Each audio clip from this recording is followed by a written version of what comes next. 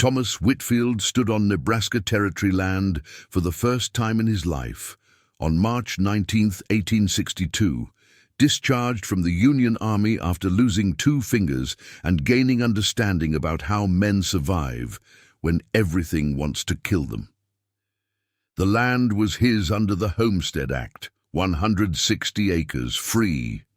Payment was 5 years, residence and cultivation, no money down, just survive. He was 26 years old, married to Margaret, who was 23 and 6 months pregnant with their first child. And he had 7 months to build shelter before winter arrived, with the same impersonal lethality as Confederate artillery. Thomas looked at the empty prairie and made calculations. Conventional house, 4 to 6 weeks construction, exposed position, vulnerable to wind and weather, and the raider gangs that everyone pretended didn't exist, but absolutely did. Cost, minimal money, but maximum risk. Or something different, something nobody was building because it violated every social norm about proper housing, but might actually keep his family and livestock alive. He turned to Margaret, who was studying the land with the practical assessment of a woman who'd buried her first husband to cholera and wasn't interested in burying a second to stupidity. "I want to build a barn beneath our house," Thomas said. 2 levels. Barn 10 feet underground. House 8 feet above ground level. Animals below, family above, connected by internal stairs. Margaret considered this for approximately 10 seconds. "Will it work?" "Militarily, yes. Keeps livestock secured and protected. Provides fallback defensive position. Creates thermal mass for heating. Offers tornado shelter. Consolidates resources." "Socially? People will think we're insane." "And practically? It's probably the smartest thing we can build with limited time and resources." Margaret nodded once. "Build it." Thomas started digging the next day, beginning at dawn with a shovel and determination that Margaret said bordered on obsessive. Not a small root cellar, not a simple dugout shelter, a full barn excavation, 20 feet long, 16 feet wide, 10 feet deep. Underground livestock housing that would hold 8 cattle, 4 horses, supplies, and provide emergency shelter for humans when crisis came. The excavation alone was massive, monumental, probably insane by conventional standards. 10 feet deep meant moving 1,600 cubic feet of earth, 3,200 cubic feet total, probably 8 tons of dirt that needed to go somewhere. He hired 2 local men, Robert and Samuel, with wagon and oxen team to help remove dirt, paying them $3 each for 5 days' work. Good money. They showed up Monday morning eager, started loading dirt, asking questions about the building plans. "So this is foundation for your house?" Robert asked, shoveling. "Foundation for the barn that goes under the house?" Both men stopped working. "You're digging a barn? Underground?" "Yes, livestock housing, 10 feet deep, stone walls, house built on top." Samuel leaned on his shovel. "You mean like animals living underneath your house, under where your family lives?" "Exactly that." "That's not right, Mr. Whitfield. That's not Christian. Living above animals, sharing air. It's unnatural, wrong, against proper order." Thomas kept digging. "Soldiers live in worse. I lived in field hospitals with wounded men stacked 3 high, blood soaking through floorboards. This'll be cleaner than that." "You're not a soldier anymore," Robert said carefully. "You're a settler now. There's proper ways to build houses and barns, separate structures, proper separation between humans and animals. Proper ways get people killed when crisis comes. I've seen it. Watched men freeze in inadequate shelters because someone built proper instead of effective." The 2 men looked at each other, had a silent conversation with eyebrows and small gestures, then set down their shovels. "We can't help with this, Mr. Whitfield," Samuel said. "Can't be part of building something that violates natural order. Our wives would leave us. The minister would call us out. We'd be complicit in whatever this is." They left. Thomas paid them for the half-day worked and finished the excavation himself. Dug for 6 weeks straight. Started at dawn, worked until dark, moved earth until his hands developed blisters that popped and bled, then formed calluses, then developed new blisters beneath the calluses. His back spasmed every morning when he tried to get out of bed. Margaret had to help him stand some days, work stiffness out of muscles that seized from repetitive motion. "You're destroying yourself," she said on the 3rd week. "Slow down. Rest. Winter's coming. Baby's coming. Need shelter before both arrive." Dead husband doesn't provide shelter at all. He slowed down marginally, took a half-day rest every Sunday, but mostly just kept digging. By early May, he had a rectangular excavation 20 feet long, 16 feet wide, 10 feet deep. Perfect dimensions, level bottom, vertical walls where earth allowed, sloped where it didn't. Then the real work began. Building the stone walls required planning that incorporated military engineering principles Thomas had absorbed, watching Army engineers build fortifications in Virginia. He needed walls that would support the weight of a house above, resist lateral earth pressure from sides, prevent moisture penetration, and incidentally stop bullets if raiders attacked. He spent 2 weeks gathering limestone from a creek bed 5 miles away, selecting pieces carefully. Needed flat surfaces for horizontal courses, wedge shapes for corners, long pieces for headers that tied the wall together, made 15 trips with his wagon, each time loading until the wagon groaned, until Liesel, his horse, gave him reproachful looks. The stones weren't uniform. This wasn't cut quarry stone. These were natural limestone chunks that needed fitting together like 3-dimensional puzzles. Thomas worked slowly, testing each stone's fit, sometimes trying 20 stones before finding one that worked. He built the walls without mortar initially, dry stack construction that relied on weight and friction.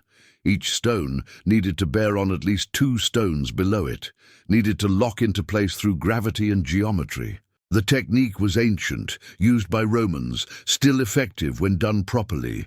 The walls rose slowly, 3 feet thick at the base where they needed to support maximum weight and resist maximum earth pressure, tapering to 18 inches at ground level where loads were lighter, each course slightly offset from the one below, creating interlocking strength.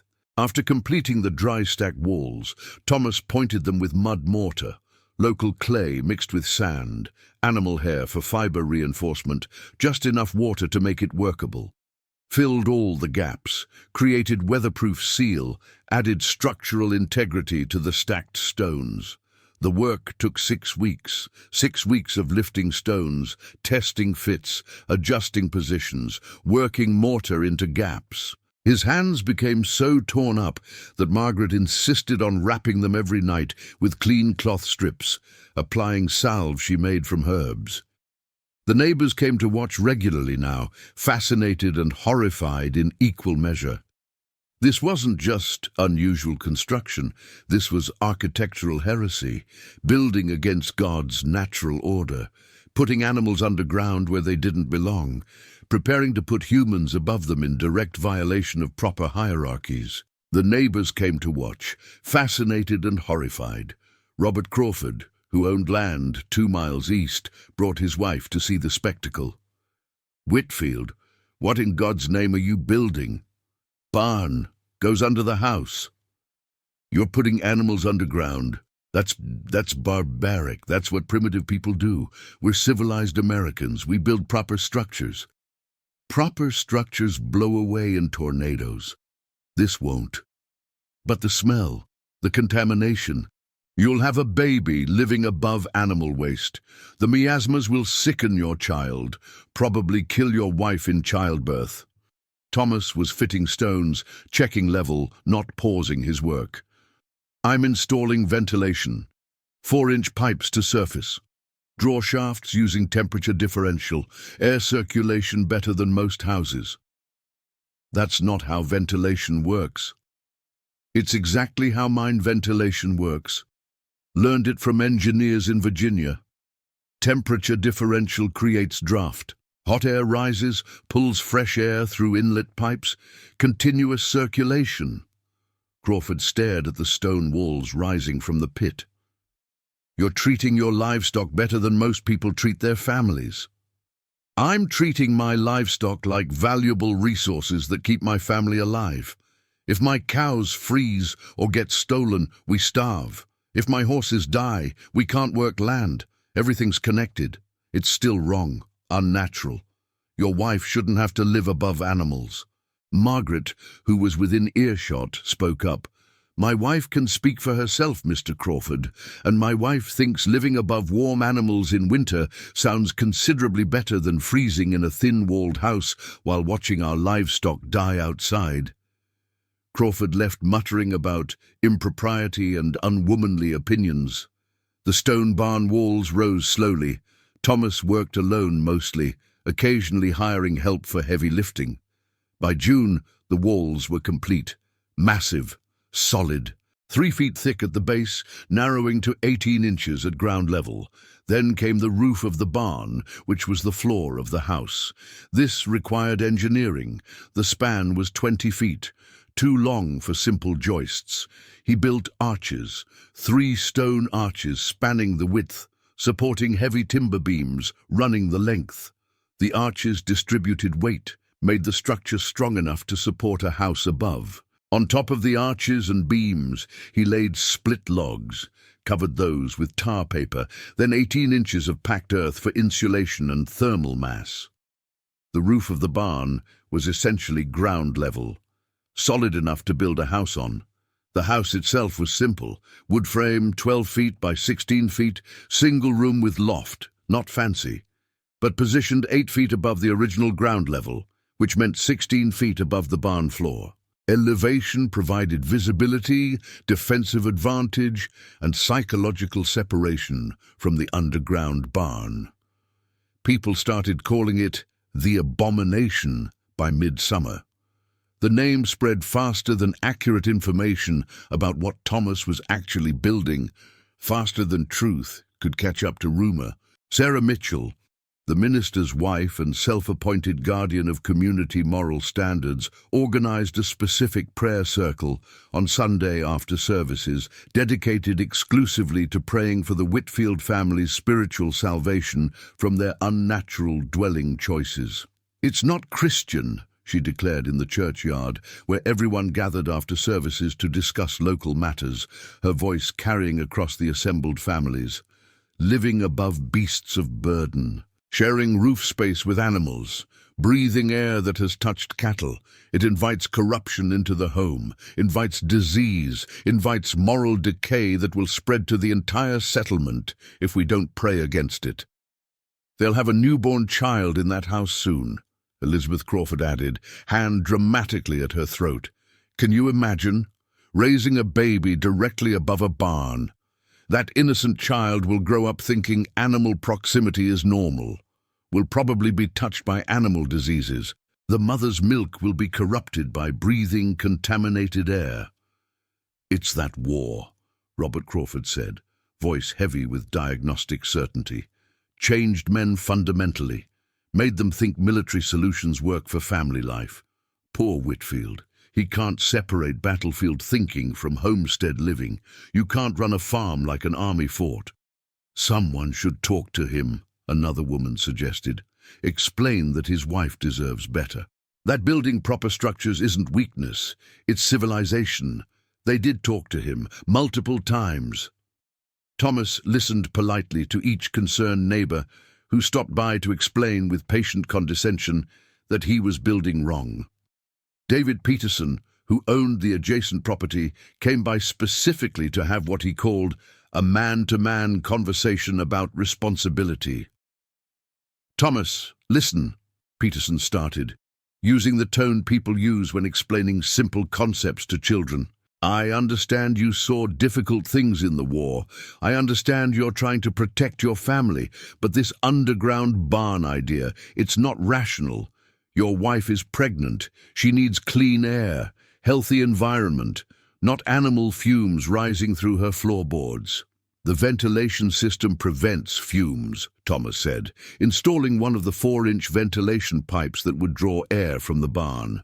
Temperature differential creates constant draft. Hot contaminated air exits through these pipes.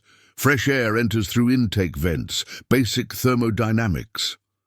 That's army talk, engineering talk. This is a home, not a fort. Margaret deserves a proper house, with a separate barn, like civilized people build. Margaret helped design this. She approved every decision. Peterson's face did something complicated. The concept of a wife having input on construction decisions clearly troubled him. Well, that's concerning too. If she's been influenced by your military thinking, women need protection from such harsh pragmatism. Thomas set down his tools, looked at Peterson directly. My wife survived cholera that killed her first husband, crossed half a country alone to start fresh. She's the least fragile person I know, and she thinks this design is smart.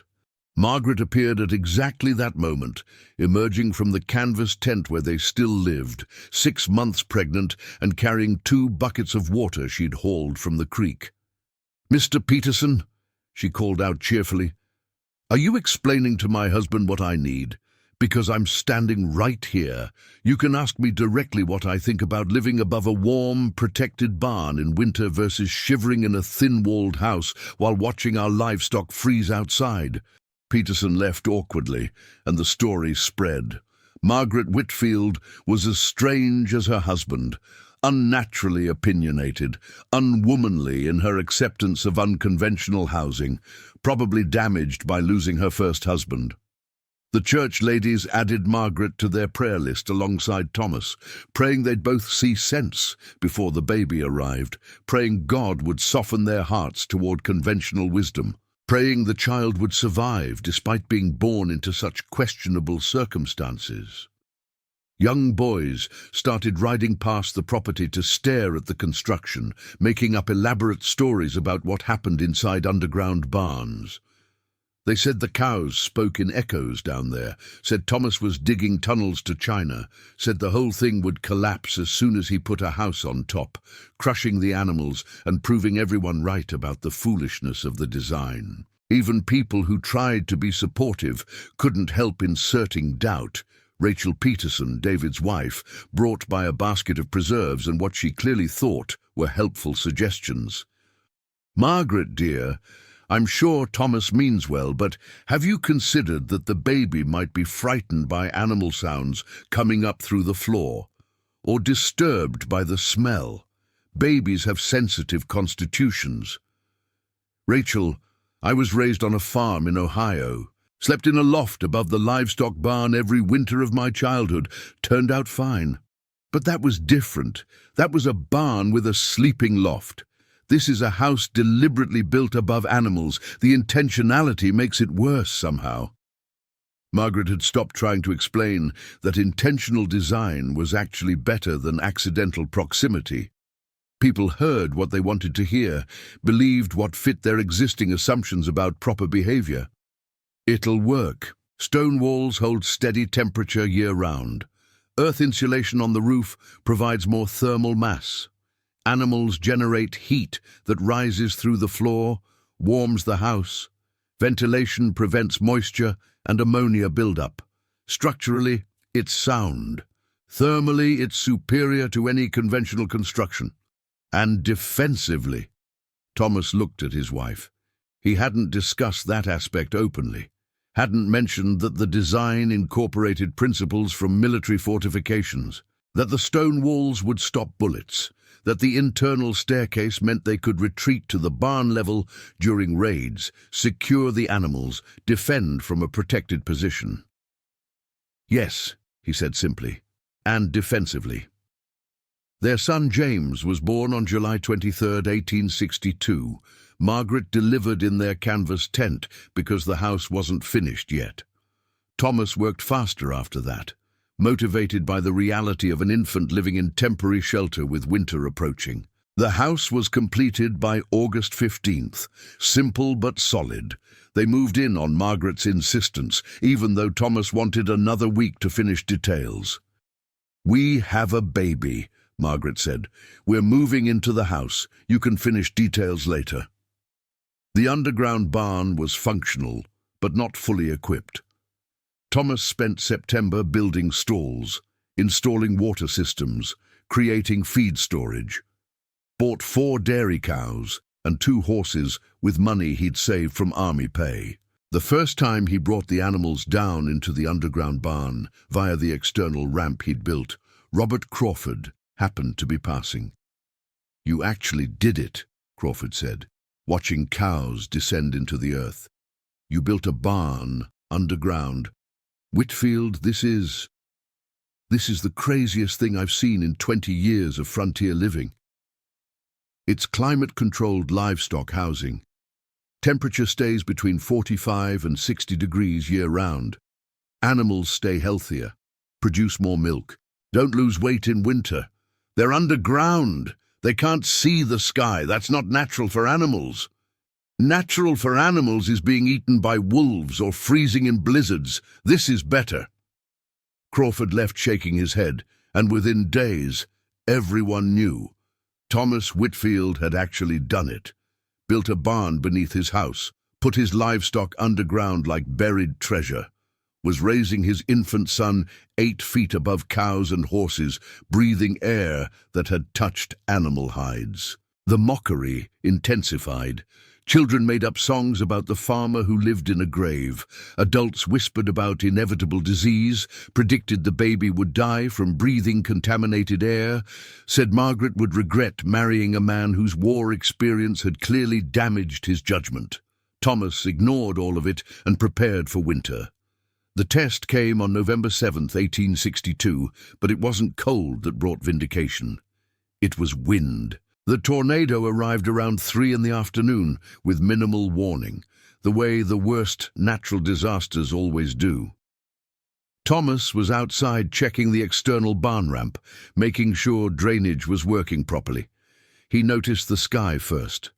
That particular shade of green that means atmospheric violence is coming. Sickly yellow-green, like bruised flesh, like nothing natural. Then the wind shifted. Suddenly, completely, been blowing steady from the south all day, warm autumn breeze. Then it stopped entirely, dead calm for maybe 30 seconds. Then it came screaming from the west, temperature dropping 15 degrees in those 30 seconds, from 60 degrees to 45 in half a minute. Thomas didn't hesitate. "Margaret! Barn! Now!" She was inside with baby James, who was 3 months old now, starting to smile, making sounds that weren't quite words yet. She heard the urgency in Thomas's voice, grabbed the baby, grabbed the supply bag she kept ready for emergencies, and moved. They went down the internal staircase into the underground barn, heavy oak door at the top that Thomas had built specifically for moments like this. He followed her down, pulled the door shut behind them, dropped the timber bar into place. 3-inch thick oak door backed by timber bar. Would take an axe to get through, or a tornado. The barn level was dim, lit only by the ventilation shafts and one small window at ground level. The 4 cows were restless, moving in their stalls, making low, worried sounds. The 2 horses were nervous, ears back, stamping. Animals sense atmospheric pressure changes better than humans, feel storms coming in their bones. Thomas positioned Margaret and James in the corner farthest from the entrance, behind the heaviest stone wall section, grabbed his rifle, loaded it, set it within reach. Not for the tornado, for what might come after. The funnel touched down 8 miles west around 3:30. They couldn't see it, but could feel it. The air pressure changed, made ears pop, made the baby cry. The temperature dropped further, down to 38 degrees in 15 minutes. Then they heard it. Started as distant rumble, like thunder, but continuous. Got louder and louder. The sound built from rumble to roar, to something beyond sound. Something you felt in your chest, in your bones, in your teeth. The tornado hit their property at 3:47 p.m. Thomas would remember the exact time because he was watching his pocket watch, timing the storm's approach, calculating wind speed and trajectory from the sound. The noise was indescribable, like standing inside a waterfall, like continuous artillery barrage, like the world ending in real time. A sound so loud it went past hearing into physical sensation, into pressure against eardrums, into feeling like your skull might crack from the volume. Above them, through 10 feet of earth and stone and timber, they felt, rather than heard, the house shaking, timbers creaking under stress, walls flexing, roof lifting and settling, lifting and settling. The wind wasn't constant. It pulsed, hit in waves, each wave testing the structure, looking for weaknesses, for failures, for ways to tear things apart. But the stone walls of the underground barn didn't move, didn't shift even slightly. The 3-foot-thick limestone walls and arched ceiling absorbed the wind force like it was nothing, like the tornado was a mild breeze. The earth covering the barn roof added massive weight, massive inertia. Would take more than wind to shift that. Margaret held James against her chest, his crying completely inaudible in the roar. The cows were pressed against the backs of their stalls. The horses were wild-eyed but couldn't move, contained by the stone walls, by the impossible sound, by instinct that told them to shelter and wait. The tornado passed in 4 minutes, 4 minutes that felt like hours. The sound decreased gradually, from unbearable to merely deafening to loud to normal. The pressure changes stopped. The temperature stabilized. Thomas waited 2 more minutes, making sure the funnel was truly gone, not circling back. Then he opened the internal door, climbed the stairs, pushed open the upper door. The house was damaged but standing. Roof partially torn away, leaving half the loft exposed to sky. One wall, the west wall, had collapsed inward, timbers snapped, boards scattered. Windows were all broken, glass everywhere. But the structure remained. The floor of the house, which was the roof of the barn, was intact. The arched ceiling and stone walls had held absolutely firm, supporting the house even as tornado winds tried to rip it away. Thomas stepped outside to assess. What he saw was devastation, total transformation of the landscape. Robert Crawford's house was gone, completely gone, not damaged, not partially destroyed. Gone, exploded by wind pressure differential. When tornado winds hit a closed house, pressure inside stays normal while pressure outside drops catastrophically. The pressure difference blows the structure apart from inside like an explosion. Crawford's house had burst outward, lumber scattered across 200 yards. The family had sheltered in their root cellar and survived, but their house existed now only as scattered wreckage. The Mitchell family house was destroyed, collapsed completely. The Peterson house was destroyed.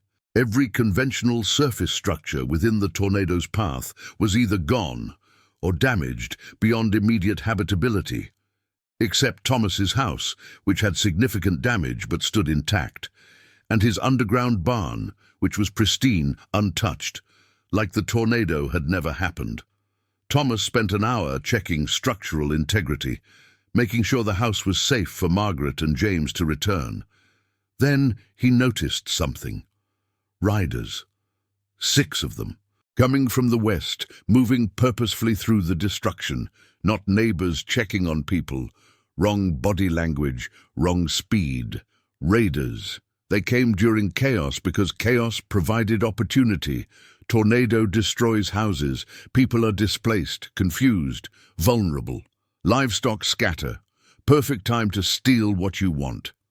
Thomas moved fast, got Margaret and James back into the underground barn immediately. Raiders coming, stay here, stay quiet, don't open the door for anyone except me. He secured the internal door from below this time, gave Margaret the bar, showed her how to lock it. Then he moved to one of the ventilation ports, 4-inch pipes that emerged at ground level, disguised as simple drainage pipes. The pipes weren't just for ventilation, they were firing ports. Thomas had designed them that way deliberately, thinking about fields of fire, about defensive positions, about how to defend from inside a fortified position. He watched through the pipe as the 6 raiders reached his property. They searched his damaged house first, kicking through debris, looking for valuables, finding nothing. Thomas had kept nothing valuable in the house. Everything important was underground. Then they looked for livestock, spread out across the property, searching for corrals, for barn structures, for any sign of animals. They found nothing. The cows and horses were underground, making no sound because the 3-foot-thick stone walls contained all noise. The earth-covered barn roof looked like natural ground, slightly raised, but easily dismissed as terrain variation.